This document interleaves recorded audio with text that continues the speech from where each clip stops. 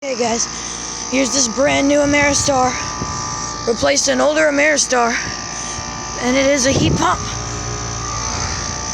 Looks like it already defrosted.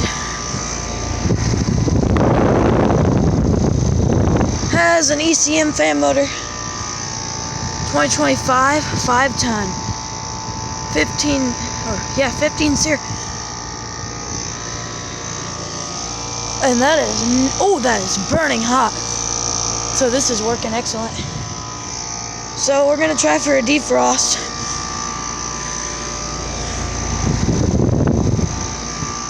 I believe it has an alliance. But yeah, I'm gonna go ahead and get y'all set up for the defrost. So thank y'all for watching. Make sure to like and subscribe to my channel. And well, I'll see you on the next one. Over and out. Okay.